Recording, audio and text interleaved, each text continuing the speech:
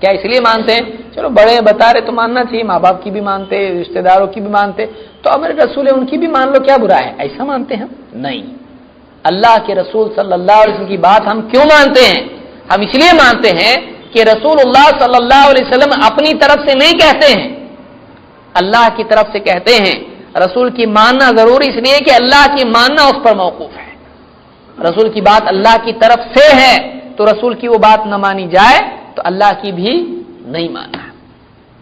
آپ بتائیے، آپ اپنے غلام کو حکم دیں کہ جاؤ فلانے صاحب کو بلاؤ، وہ گیا، کہاں حضرت آپ کو بلا رہے ہیں، صاحب آپ کو بلا رہے ہیں۔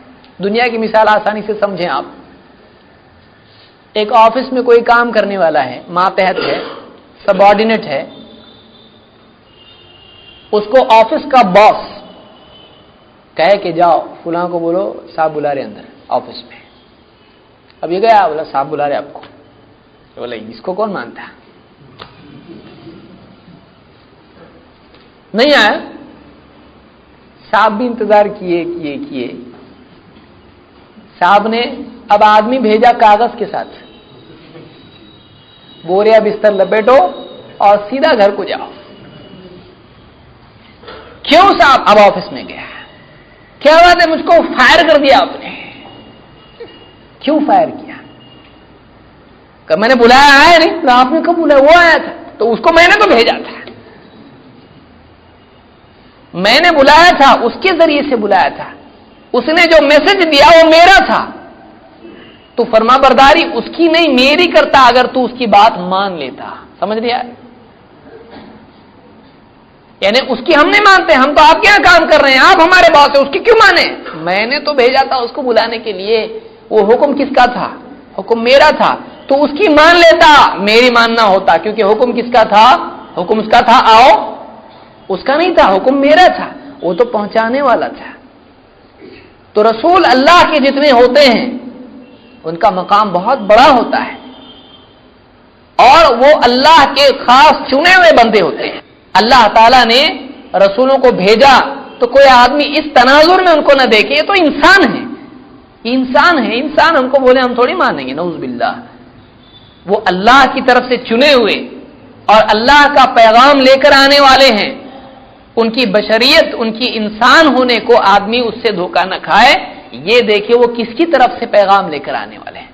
انسانیت میں بھی وہ سب سے اعلیٰ و ارفع انسان ہے، کامل انسان ہے۔ وہ اگر کوئی بات کہتے ہیں، اللہ کے رسول صلی اللہ علیہ وسلم اگر کوئی بات کہتے ہیں تو یہ آپ کی بات نہیں ہے، کوئی آدمی یہ نہ کہے تو انسان کی بات ہے، نہیں، یہ اللہ کی بات ہے۔ اللہ کی بات رسول تک آئی، اور وہ رسول ہے اس لیے کہ اس کا کام ہم تک اللہ کی بات پہنچانا ہے، تو اللہ کی بات ہم تک پہنچانا ہے، دین ہم کو سکھلانا ہے۔ تو جو رسول کی مانے اس نے کس کی مانی؟ اللہ کی مانی۔ کوئی آدمی باس پر اللہ کو قیاس نہ کرے۔ میں نے دنیا کی مثال اس لیے دی کہ دنیا میں بعض اوقات ایک اونچے عہدے کا انسان ماتحت کو بھیجتا ہے، اس ماتحت کی وجہ سے اس کی بات کا انکار نہیں کر سکتے، ہم اس کی نہیں مانتے، ایسا نہیں کر سکتے۔ دیکھنا یہ چاہیے کہ پیغام کس کا ہے، حکم کس کا ہے، بات کس کی ہے۔ تو جب انسانوں میں یہ معاملہ ہے تو جب اللہ کی طرف سے رسول آ کر دے تو کیوں نہیں مانا جائے گا؟ اللہ کی بات کیوں نہیں مانی جائے گی؟ اس لیے جو رسول کا انکار کرے اس نے اللہ کے حکم کا انکار کیا۔ وہ یہ نہ سمجھے کہ ہم نے بس رسول کا انکار کیا، اللہ کو تو ہم مان رہے ہیں، تو یہ دھوکہ ہے۔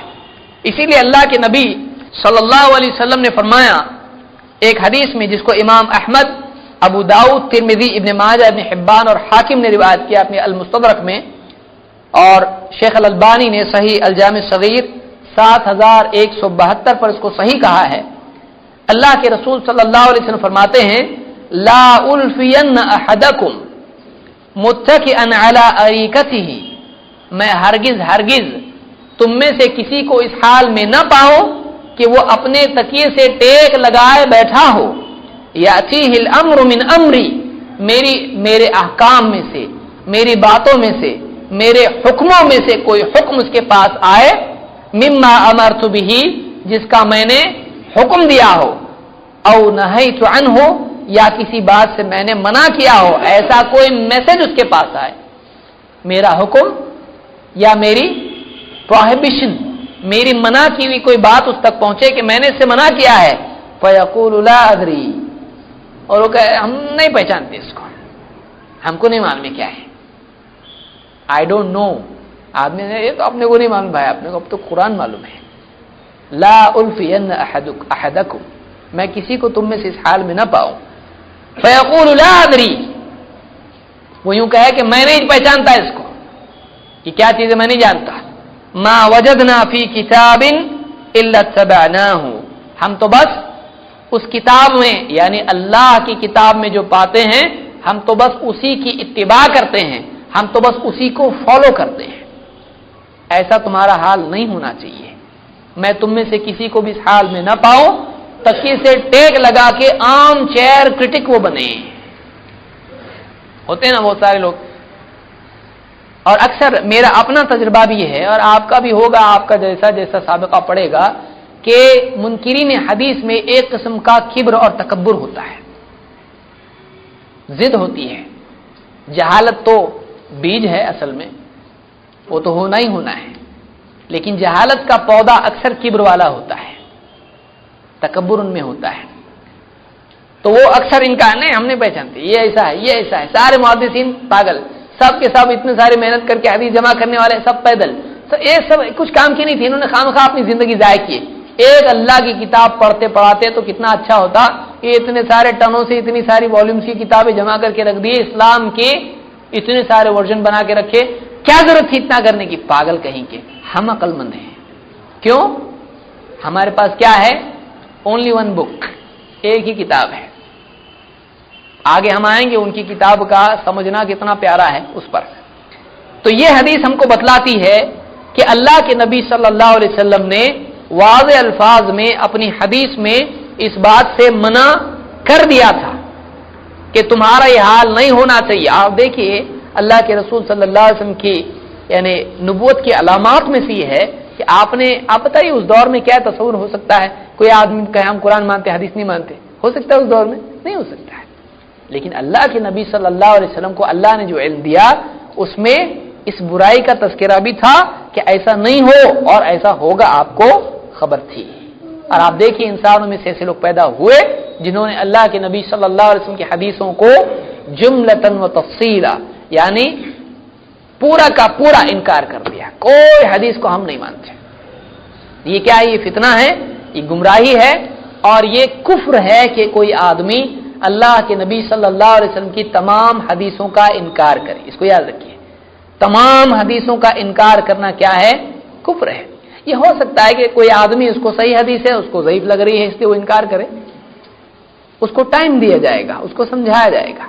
لیکن کوئی آدمی رسول اللہ صلی اللہ علیہ وسلم کی کسی بھی حدیث کو تسلیم نہ کرے تو وہ رسول کی رسالت کی حیثیت اور معلم کی اور تربیت کرنے والی حیثیت جو اللہ نے طے کی ہے اس کا انکار کر رہا ہے، اللہ کی وحی کا انکار کر رہا ہے. ایسا آدمی اسلام کے دائرے سے نکل جاتا ہے.